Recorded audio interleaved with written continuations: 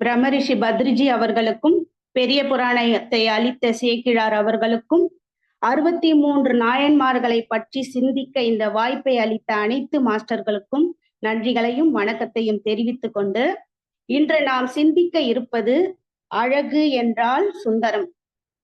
சுந்தரர் இறைவன் எப்படி தடுத்தாட்கொண்டார், சுந்தரரை இறைவன் எப்படி தடுத்தாட்கொண்டார் என்ற புராண செய்தியை காண இருக்கிறோம். உலகெல்லாம் உணர்ந்து ஓதற்கு அறிவானை சிவபெருமானின் பொன்னிற மேனி போல் பிரகாசிப்பது இமயமலை. அந்த பனிமலையின் அகலமும் நீளமும் உயரமும் காண்போரை மயங்க செய்ய வல்லது. இறைவன் வீற்றிருப்பதால் ஸ்வர்க்க, மத்திய, பாதாளம் என்கின்ற 3 உலகங்களும், தைத்திரியம், பௌடியம், தலவகலம், சாமம் என்ற 4 வேதங்களும் செய்த அளவற்ற தவ பயனாகிய புண்ணியங்கள் எல்லாம் ஒருங்கே திரண்டு உருப்பெற்றது போல தூய வெண்மையாக திருக்கைலை மலை அமைந்திருக்கும். இத்தகைய திருக்கைலை மலையானது உலகம் என்ற கோடியிலே எண்ணற்ற தலங்கள் என்னும் தளர்களின் நடுவிலே வெண்மலர் போல மலர்ந்திருக்கும். அந்த மலைச்சாரலிலே நான்மறைகளின் நாதமும், வித்யாதரர்களின் வீண கானமும், கார்மேகங்களின் முழக்கமும், யானைகளின் பிளிருளலும், தேவ துதும்பிகளின் ஆரவாரமும் இடைவிடாமல் கேட்டுக்கொண்டே இருக்கும். இப்படி அத்தகைய இடத்தில் சிறப்பு வாய்ந்த திருக்கைலை மலையின் அடிவாரத்திலே முனிவர்களும் சுத்த யோகிகளும் பல்லாயிரரும் குடியிருப்பார்கள். அவர்களுக்கு நடுவில் உபமன்ய முனிவர் என்னும் உன்னத ஞானியார் அமர்ந்திருப்பார். அவர் புலி முனிவர், அதாவது வியாக்கர பாரத முனிவரின் புதல்வர். அவர் குழந்தையாக இருந்த பொழுது அழுது ஆண்டவன் திருவருளால் பெற்ற பார்க்கடலை சித்தம் மகிழ உண்டு வளர்ந்தவர்.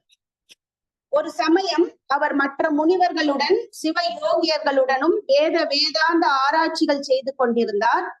அப்போது திடீரென்று 1000 சூரியர்கள் ஒருங்கே திரண்டு வருவது போன்று பொங்கும் பேரொளி ஒன்று முன்னால் தோன்றியது. அந்த ஒளியை கண்டவுடன் அங்கிருந்த மாதவ முனிவர்கள் அனைவரும் வியப்புற்று உபமன்ய முனிவரை வணங்கி, இங்கே தோன்றிய இந்த அதிசயம் என்ன என்று கேட்டார்கள். அந்த பேரொளியை பார்த்து இந்த அதிசயம் என்ன அப்படின்னு கேட்டாங்க. உடனே உபமன்ய முனிவர் மதிசூடிய சிவபெருமானியை தானித்து அந்த பேரொளியின் காரணத்தை சிந்தித்து அறிந்தார்.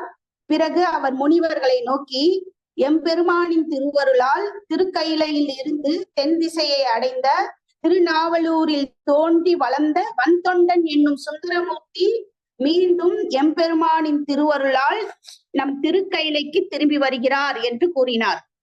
பிறகு அந்நீல் சடை மாமுனிவர் எழுந்து தன் கைகளை தலைமீது கூப்பிய வண்ணம் பேரொளியை தோன்றிய திசை நோக்கி ஆனந்த கண்ணீர் பெருக கும்பிடுகிறார்.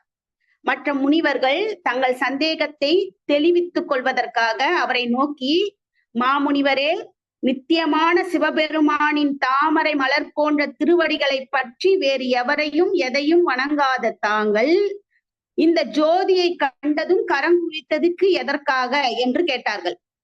அதற்கு உபமன்ய முனிவர் கூறுகிறார், இப்பேரொளி பிழம்பாக எழுந்தருள்பவர் தம்பிரானாகிய ஜீவ பெருமானையே தம்முள்ளத்தால் தழுவிக்கொண்ட சிவமயமான நம்பியாரூரர் நாம் வணங்கும் தன்மை வாய்ந்தவர் என்று கூறினார். உடனே முனிவர்களும் மற்றவர்களும் அந்த பேரொளியை வணங்கினார்கள். பிறகு அவர்கள் உபமன்ய முனிவரை நோக்கி, எங்கள் உள்ளத்தை எல்லாம் கவர்ந்த இப்பேரொளி வடிவான நம்பியாரூரின் தவப்பெருமையெல்லாம் நாங்கள் கேட்க விரும்புகிறோம். ஆகவே நீங்கள் அருள் கூர்ந்து இவரை பற்றி எங்களுக்கு விளக்கி கூற வேண்டும் என்று வேண்டி கேட்டார்கள். உபமன்ய முனிவர் மனமகிழ்ந்து உள்ள வண்ணம் கூறலானார். இந்த குறிப்பிட்ட இந்த பகுதி இறைவன் சுந்தரரை எப்படி தடுத்தாட்கொண்டார், அதற்கு முந்தைய பிறவில அவர் எப்படி இருந்தார், திருக்கைலையில் வெள்ள நீர்ச்சடை மெய்ப்பொருள் வள்ளலான சிவபெருமானுக்கு அள்ளு திருநீரும் சாத்தும் மதுமலர் மாலையும் எடுத்து வரும் திருத்தொண்டர் ஒருவர் உண்டு. அவர் பெயர் ஆளாள சுந்தரர். அவர் ஒரு நாள் வழக்கம் போல நன்மலர்கள் கொய்து வர நந்தவன சூழலுக்கு சென்றார். அங்கு அவருக்கு முன்னதாகவே 2 இளம் பெண்கள், அவர்கள் பேர்கள் வந்து அணிந்ததை, கமலினி, 2 பேர் அங்க இருக்கிறாங்க அவருக்கு முன்னாடியே. இருவரும் பூங்கொடிகளில் கொத்து கொத்தாக மலர்களை கொய்து கொண்டிருக்கும் போது ஆளாளர் சுந்தரர் அவ்வழிகள் அழகிகள் மீது தம் மனதை செலுத்தினார். அவர் வந்து அழகுல சொக்கி போயிடுறார். அவ்வாறு மங்கையின் மீது மனதை போக்கி ஆளாளர் சுந்தரர் காதல் கொண்டார். காதல் மங்கையரும் ஆளாளர் சுந்தரின் காட்சியை தங்கள் கண்களில் கொண்டு மெய்மறந்து நின்றார்கள். அவ்வளவு அழகா இருப்பாரு. எல்லாவற்றுக்கும் மூல காரணமான மூர்த்தியாகிய சிவபெருமான் ஆளாளர் சுந்தரரின் மனப்போக்கை அறிந்து அருள் விழியால் அவரை நோக்கி, ஆளாளர் சுந்தரா, நீ மாதர் மீது மனம் வைத்தாய். அதனால் நீ தென்னாட்டில் மானுடராக பிறந்து அம்மெல்லிய மங்கையோடு காதல் இன்பத்தில் கலந்திருந்து தாபம் தீர்ந்த பின்னர் மீண்டும் இங்கு வந்தணைவாயாக என்று கட்டளையிட்டார். மனப்போக்குதான் மனித பிறவிக்கு வித்து என்பது இந்த உடல் நினைவுகளை உலகியல்தான் அனுபவித்து தீர்த்து சுத்த பவனமாகிய திருக்கைலைக்கு திரும்பி வர முடியும் என்பதை அதன் மூலம் உணர்த்தினார். அதை கேட்ட ஆளாளர் சுந்தரர் நடுநடுங்கி போயிட்டார். அவரை கை கூப்பி தொழுதி அப்படி கலங்கி போறார். ஐயனே, தங்கள் திவ்ய திருவடிகளை நீங்கி செல்லும் சிறுமையாளன் ஆகிவிட்டேனே. ஆயினும் மயல் மயமான மானுடனாய் பிறந்து நான் மயங்கும் போது அடியேனை தடுத்தாட்கொண்டு அருள் புரிய வேண்டும் என்று வேண்டிக் கொண்டார். அவர் வந்து இறைவன் வந்து கருணை இல்லையா, அவர்கிட்ட கேக்குறார். அவரும் சரி சொல்றார். அவர் எங்க திரும்ப வர்றாரு? சுந்தரமூர்த்தி நாயனார் திருநாவலூர்ல சடையனார் இசைஞானியார் என்ற இருவருக்கு உலகம் உய்ய சுந்தரர் பிறந்தார். அவருக்கு நம்பியாரூரன் என்று பெற்றோர்கள் பெயர் சூட்டினார்கள். அவர் வந்து சிறு வயதிலேயே ரொம்ப அவருடைய அழக பாக்குறதுக்கு அரசரே மெய் மறந்து போவாராம். அவர் வந்து தெருவுல வீதியில வந்து தேர் இழுத்து விளையாடுறது பாக்குறதுக்கு அத்தனை பேர் வருவாங்களாம். அவ்வளவு அழகா அவர் வந்து விளையாடிட்டு இருப்பாராம். கலைகள் பலவற்றை கற்றார். செல்வத்திலும் கல்வியிலும் சிறப்புற வளர்ந்த அவர் திருமண பருவத்தை அடைந்தார். பெண் தேடினார்கள். புத்தூரில் சேர்ந்த சடங்கவி சிவாச்சாரியார் என்ற மறையவருக்கு ஒரு பெண் இருந்தாள். அந்த பெண் பேர் இங்க கொடுக்கப்படல. அக்கன்னி பெண் செந்தாமரை போன்ற அழகுடையவள். அவளை நம்பியாரூரருக்கு திருமணம் செய்விக்க சில பெரியோரின் மூலம் சடையனார் செய்தி அனுப்பினார். சடங்கவியார் தம் புதல்வியை நம்பியாரூரருக்கு திருமணம் செய்து கொடுப்பதற்கு அன்போடு சம்மதம் தெரிவித்தார். மங்கள திருமணத்திற்கான காரியங்கள் எல்லாம் அனைவரும் புகழும்படி செய்வதில் உற்சாகமாக ஈடுபட்டார்கள். திருமணம் எந்தவித குறையுமின்றி சிறப்புற நடந்தேறும் வண்ணம் தேவையான பொருட்களை எல்லாம் சேகரித்தார்கள். அவர் எப்படியெல்லாம் அவரை வந்து திருமணத்துக்கு ஏற்பாடு பண்றாங்கன்னு பாருங்க. திருமணத்திற்கு முதல் நாள் இரவன்று மங்கள வாத்தியங்கள் முழங்க மாப்பிள்ளை நம்பியாரூரை வாழ்த்தி அவருக்கு பைம்பொன் திருமணி காப்பை அணிவித்து வேத வேதிகள் வழுவாமல் மனந்துரைந்த சடங்குகள் அனைத்தையும் செய்தார்கள். நம்பியாரூரின் திருமண கோலத்தை காண வேண்டும் என்கின்ற ஆவலோடு செங்கதிர் சூரியனும் அதிவிரைவில் உதித்தான். ஜோதிடர்கள் குறித்த முகூர்த்த வேலை வருவதற்கு முன்பாக நம்பியாரூரை மார்பில் பூநூலும் ரத்தின மாலை பூமாலையும் பொங்கி தவழ மங்கள குளியல் அறைக்கு அழைத்து சென்றார்கள். அங்கு அவருக்கு வாசனை தைலம் தேய்த்தார்கள். மனம் கமழும் தூய நீர் பாத்திரத்தின் அருகே ரத்தினங்கள் இழைத்து பொன்னால் செய்யப்பட்ட கால்களுடன் கூடிய ஒரு ஆசனத்தின் மீது சுந்தரரை அமர்த்தி அவரை நீராட்டினார்கள். அரிசனம் சாத்தி அவருடைய உடல் அழகு புது மெருகுடன் விளங்கும்படி செய்தார்கள். அகில் புகையின் வாசனை உட்பட அழகான பட்டாடைகளை அவருக்கு அணிவித்தார்கள். எப்படி இருக்கும் பாருங்க. பெண் வீட்டார்கள் நம்பியாரூரை எதிர்கொண்டு அழைக்க பிரமாத ஏற்பாடு செய்திருந்தார்கள். வாத்தியங்கள் பல முழங்க, யோக வாழ்த்தொலிகள் எங்கும் எழுப்ப, பெண்கள் நயந்து பல்லாண்டு என போற்ற வேத ஒலிகளும் சேர்ந்து ஓங்கின. நம்பியாரூரின் திருமண கோலத்தை கண்டு களிப்பதற்காக பலரும் விரைந்து வந்து வீதியில் திரண்டு கூடினார்கள். மங்கள கீதம் இசைக்கும் வாத்திய குழுவினர், வேதம் ஓதும் மறையவர் கூட்டங்கள் முதலானவர்களோடு மாலையும் மணமும் சூழ்ந்த மைந்தர் பலரும் நெருங்கி நின்றார்கள். வீதியெல்லாம் ஒரே ஒரே கோலமா, திருமண கோலமா இருக்கு. எல்லோருமாக வள்ளல் நம்பியாரூரை மனம் எதிர்கொள்ள வந்தார்கள். மாப்பிள்ளையான நம்பியாரூரை காணும் சிலர், ஆஹா, இத்தகைய இளங்காலை காண எத்தனையோ கண்கள் வேண்டும் என்பார்கள். பெண்களில் பெருந்தவம் செய்தவள் சடங்கவியாரின் கண்ணி இளம்பெண் என்பார்கள்.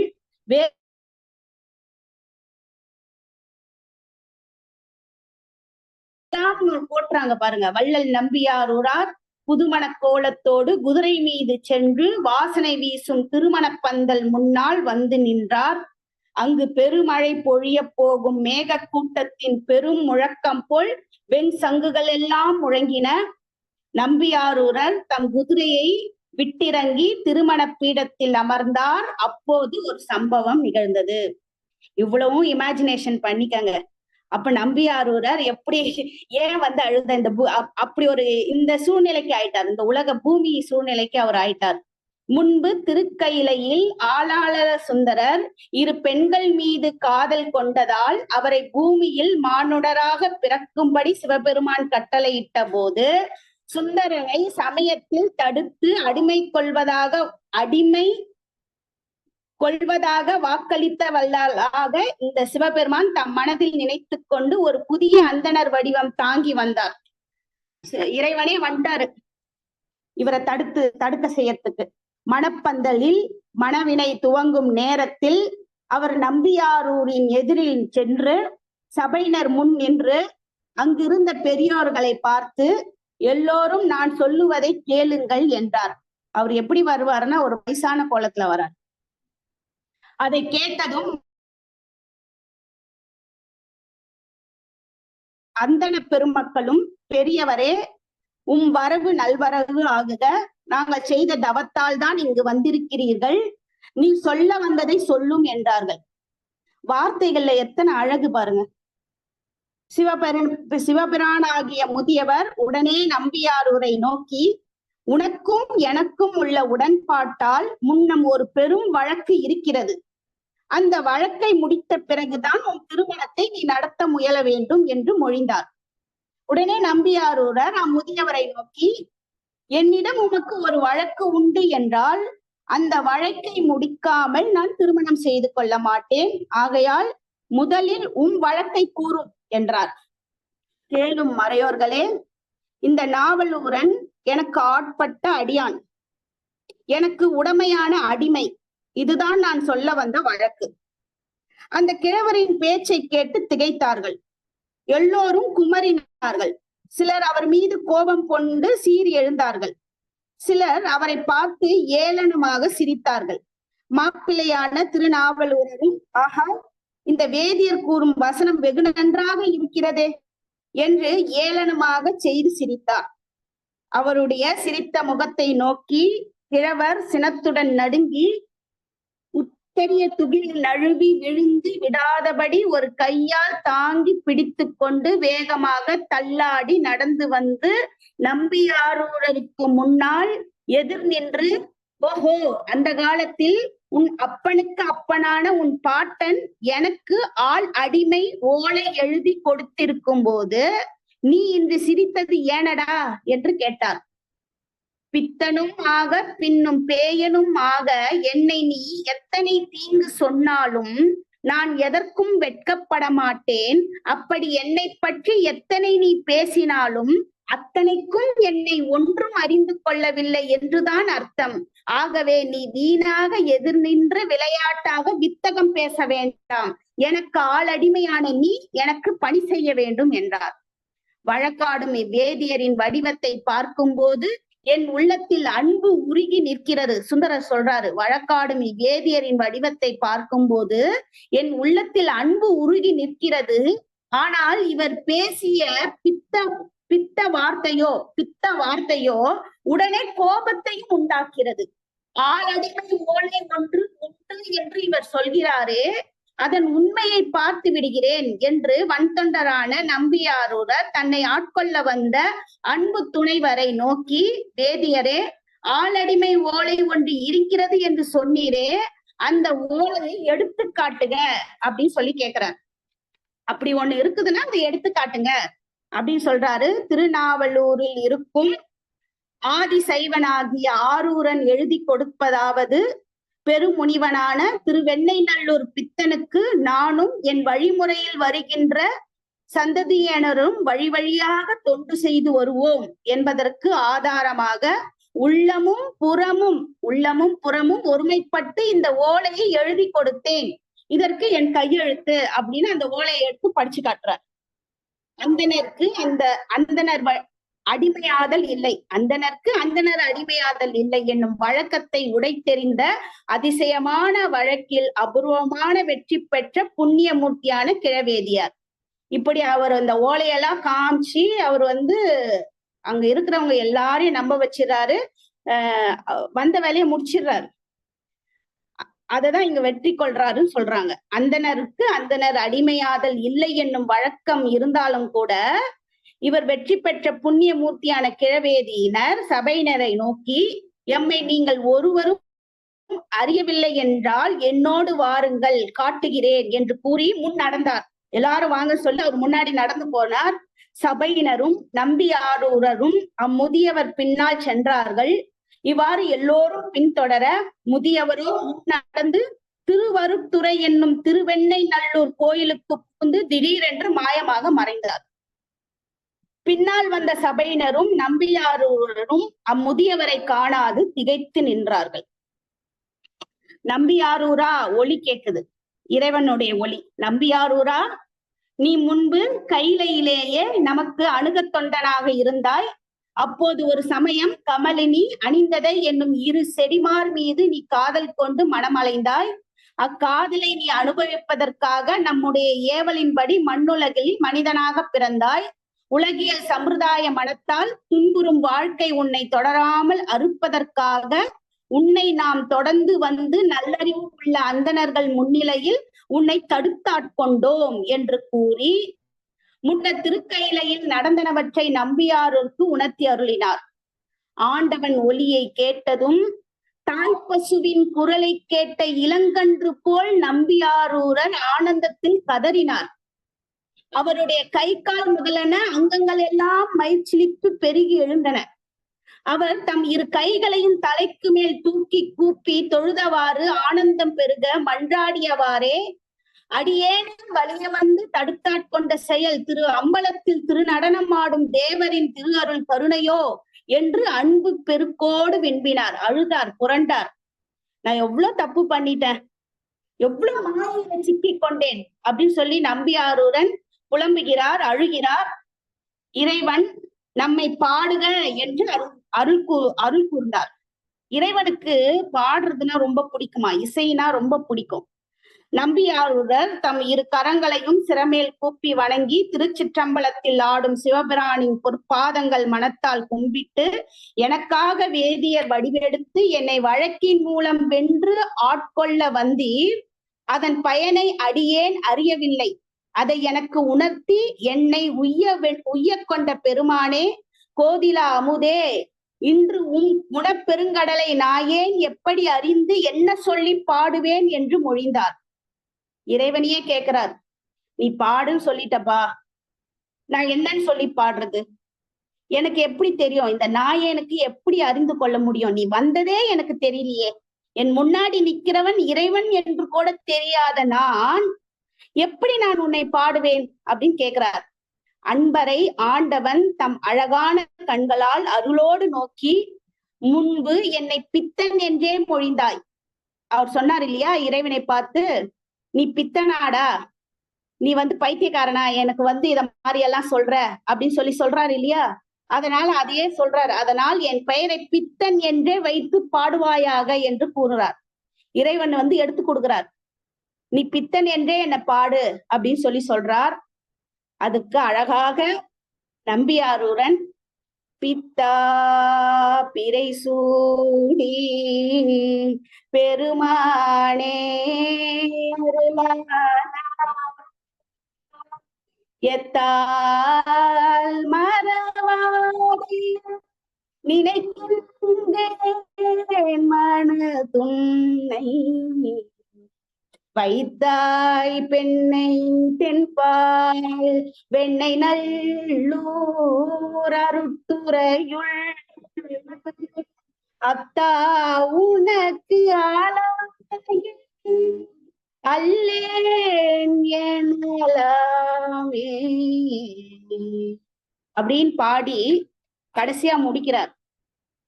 காரூர் புனல் எய்தி கரைகள் கையால் பாரூர் புகழ்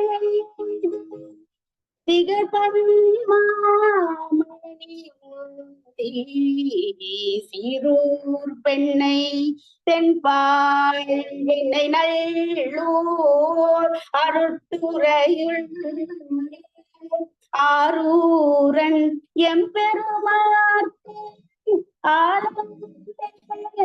எனலாமே. என் இறைவனுக்கு ஈடு யாருமே இல்லைன்னு சொல்லி முடிக்கிறார். ரொம்ப அற்புதமா இறைவன் தொடங்கி கொடுக்கிறாரு. அற்புதமா அந்த பாடல்கள் பாடுறாரு. அது மட்டும் இல்லாமல் அவர் யார் அந்த 2 பெண்களை திருமணம் செய்ய வேண்டுமோ அந்த 2 பெண்களையும் திருமணம் செய்து கொள்கிறாரு. அற்புதமா இறைவன் மேல பல பாடல்கள் அவர் எழுதுறாரு. இப்படி இறைவன் தடுத்தாட்கொண்ட பெருமை சுந்தரருக்கு உண்டு. அதன் பின் சுந்தரர் இறைவன் மீது பல பாடல்கள் பாடி திருமுறையில் 7ஆம் திருமுறையாக சுந்தரர் தேவாரம் என தொகுக்கப்பட்டிருக்கு. அவர் பாடிய திருத்தொண்ட தொகையில் அவர்தான் பாடியிருக்காரு. திருத்தொண்ட தொகையில் 63 நாயன்மார்களை வரிசைப்படுத்தியுள்ளார். அவர் வரிசைப்படுத்துறாரு, அழகா வரிசைப்படுத்துறாரு. ஒவ்வொரு நாயன்மார்களை பற்றியும் வரும் வாரங்களை நம்ம சிறப்பா பார்க்கலாம் மாஸ்டர். மிக்க நன்றி.